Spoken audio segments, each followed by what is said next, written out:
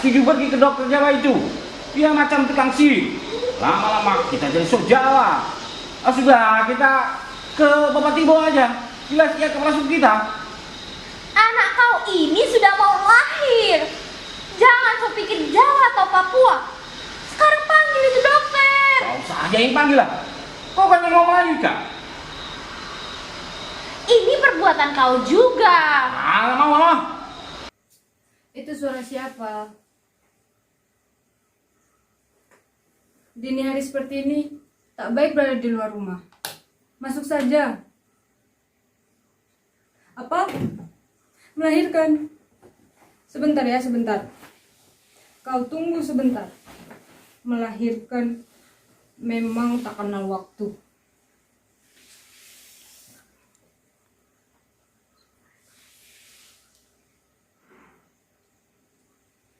Melahirkan memang suka tak kenal waktu. Seperti juga kematian.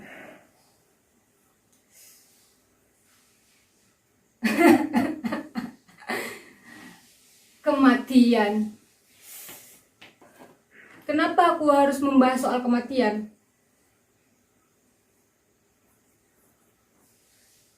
Selama 30 tahun aku berada di sini.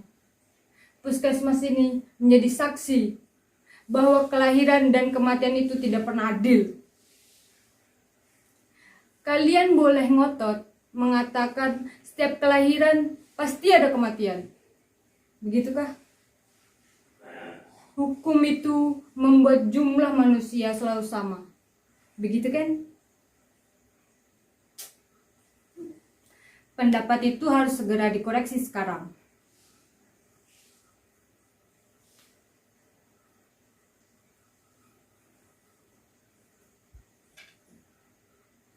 Sebagai orang Jawa yang mewarisi harmoni dari para tetua, aku dibenturkan kepada masalah pahit yang sama sekali tidak diajarkan. Terkadang aku merasa gagal menjadi seorang dokter karena aku tidak bisa menyelamatkan nyawa mereka. Dan kegagalan demi kegagalan inilah yang membuatku ingin meninggalkan profesi kedokteran ini dan kembali menjadi manusia biasa. Aku sangat ingin kembali menjadi manusia biasa.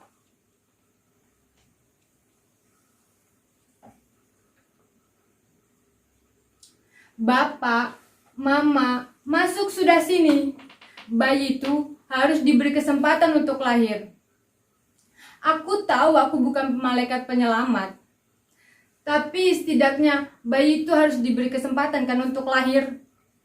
Kalian juga sudah tahu, di sini kalau misalnya ada bayi yang baru lahir, belum tentu selamat. Ya, selamat pun belum tentu jadi anak-anak. Kalian tahu,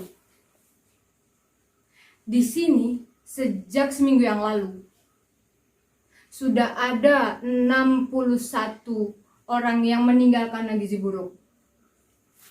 Kalian pasti sudah mendengar beritanya kan di media sosial. Itu sangat viral. Dan katanya Bapak Presiden pun menetapkan itu sebagai gizi buruk bagi bangsa ini. Aku jadi ingat sesuatu. Dulu ada kasus yang sama seperti ini. Kalau aku boleh cerita, begini ceritanya. Sebentar ya, sebentar. Tunggu sebentar.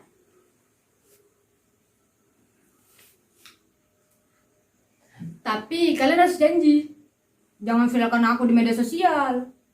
Aku tak suka jadi viral. Oke? Kalian semua janji ya. Aku mulai ceritanya. Dulu ada kasus di desa ini yang kekurangan beras. Asalkan kalian tahu, di desa ini kalau ingin memakan beras harus membelinya dari kota ke kabupaten dan memakan waktu sampai 2 minggu. Singkat cerita, perahu yang ditumpangi oleh warga tertabrak dengan kayu dan warga pun dimakan oleh buaya. dan berasnya pun hanyut. Dan anehnya lagi, warga pun menuduhku sebagai dalang semua ini. Padahal aku pun tak tahu apa-apa.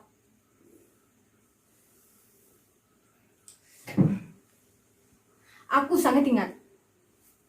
Waktu itu, Bapak Tibo sebagai kepala suku berbicara kepadaku.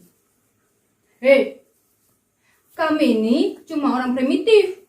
Janganlah kau permainkan. Kami juga ingin seperti orang Jawa toh. Cepatlah kau bawa beras itu kemari. Saat aku ingin menjawabnya, Bapak Tibo pun cepat-cepat memberhentikanku. Kau tak usah banyak bicara. Coba sana suruh presiden bawa beras untuk ke sini. Jujur, aku sangat takut. Dan Bapak Kober yang dari tadi diam di belakang, maju ke depan. Permisi Bapak Tibo, Dokter Rahayu ini cuma membantu untuk kesehatan. Dia tidak ada masalahnya dengan beras. Dia juga sudah bantu melahirkannya anak-anak itu semua tanpa biaya.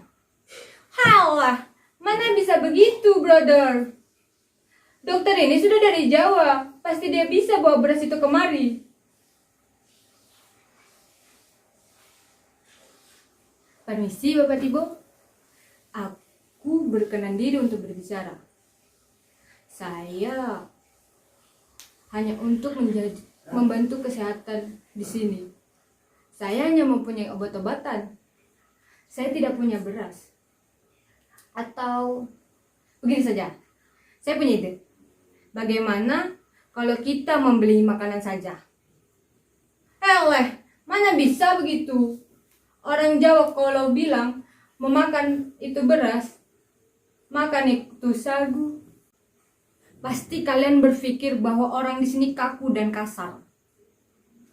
Tapi tidak. Di sini aku justru menambah pengetahuan. Aku justru mendapat berbagai macam pelajaran. Mereka ini setiap mengambil keputusan pasti sangat konsisten. Tidak seperti kalian, mencela.